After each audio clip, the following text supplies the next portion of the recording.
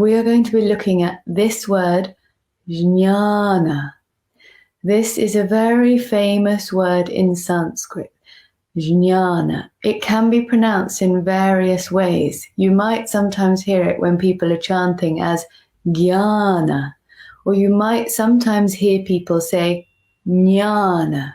So there are various ways this word could be pronounced, but for the purposes of this discussion, it will be pronounced Jnana. And that's simply phonetically the sounds that are in this word in Sanskrit. J, Ny, A, N. Putting these sounds together, it's Jnana. So why are we discussing Jnana? This word primarily means knowledge. And in order to explore what knowledge is in more depth, we need to look in more depth at this Sanskrit word, Jnana. So in order to look at it in more depth, we go to the root of this word. And the root of this word, Jnana, is Jna. Let's now look at what the root Jna means. So the root means to know, to have knowledge, to become acquainted with, to perceive, to understand, to experience, to recognize, to ascertain, to investigate, to remember, and to recognize as one's own.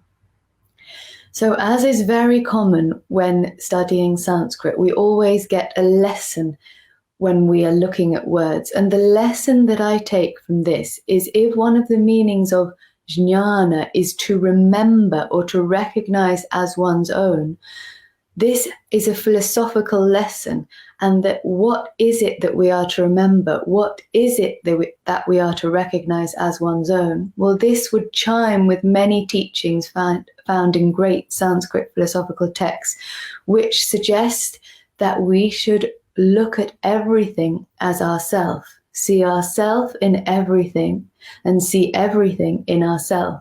This is quite an esoteric concept, but nevertheless, it's inherent in this jnana, in what it is to truly know.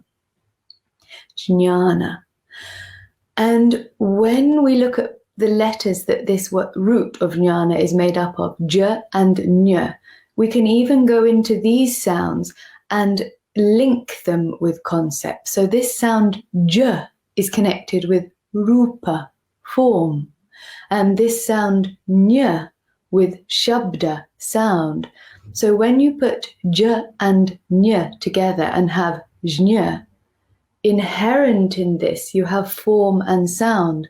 So in the worldly sense, jnya, to know, is going to be connected with discovering more about ourselves, finding our way back to ourselves through form and through sound, because we live in the world. So form and sound are what we're working with.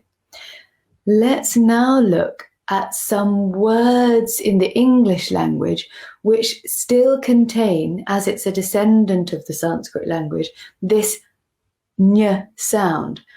Well, it might be even, you might recognize the gy sound as well, because remember at the beginning we said it could be pronounced different ways. It could be jny, sometimes it's pronounced ny, and sometimes it's pronounced gy.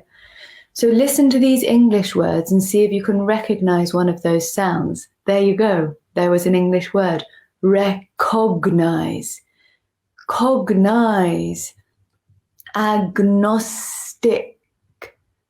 These cognate. Ignorant. Even the word knowledge itself has the ny. So these are words with that same seed or root sound in them. So I hope that helps relate this jna Sanskrit root to the language that we are speaking right now. Now within the Sanskrit language, there are many, many words with this root, jna, in them. So it means there's not just one word for knowledge, which is jnana. There are many words that are pertaining to knowledge. Let's look at one of these words. One of them is prajna, can be prajnana. And what is this? Prajnana. Prajnana means wisdom, intelligence, discrimination. Discrimination in the sense of being able to discern what is real from what is unreal, what is true from what is untrue. So what does this word prajnana tell us about wisdom? Now this word prajnana begins with the sound pra. And this sound pra is to do with putting forward, putting before, putting into practice. Even that sound pra is in the English word practice. It's in English words precede, profile. So this pra is in many English words. President, precinct. It's things that are forward, that are before.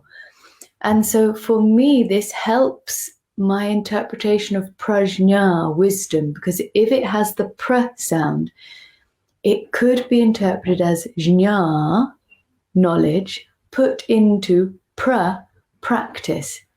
So only when knowledge is actually practiced does it become wisdom. When it's simply read, seen, heard, or understood, that's still a concept. But when knowledge, jna, becomes practical or practiced, pra, it becomes prajna. And this is wisdom.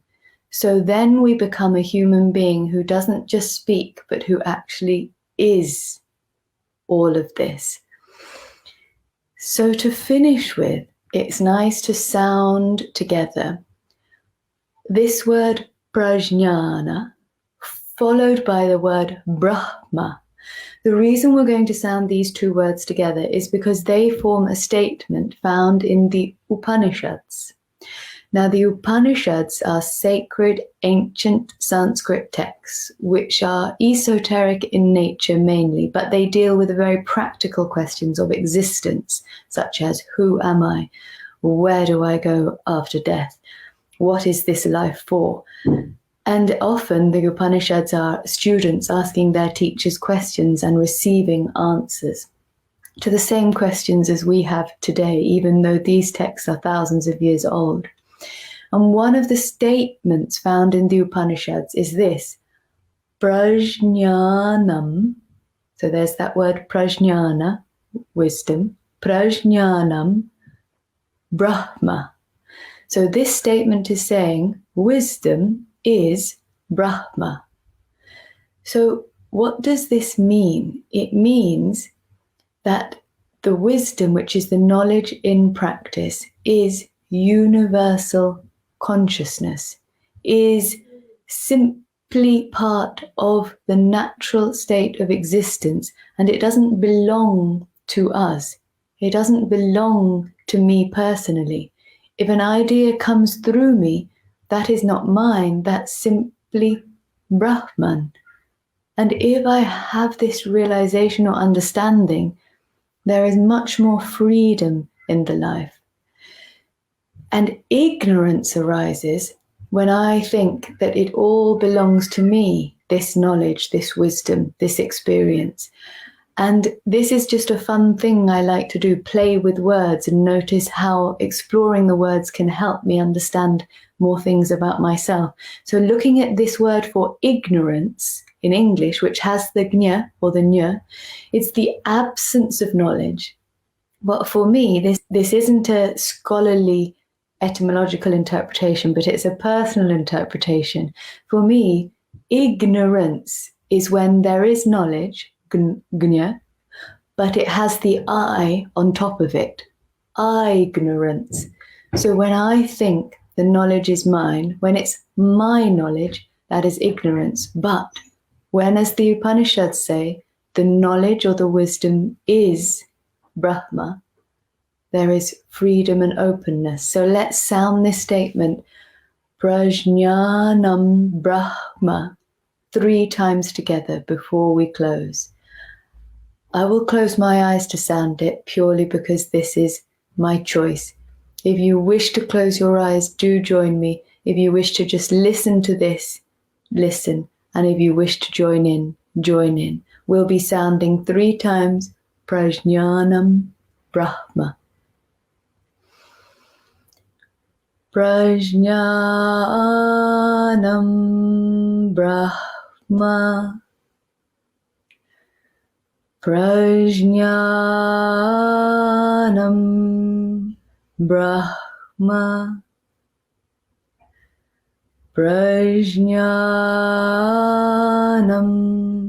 Brahma. And sound it once more within. Prajnanam Brahma.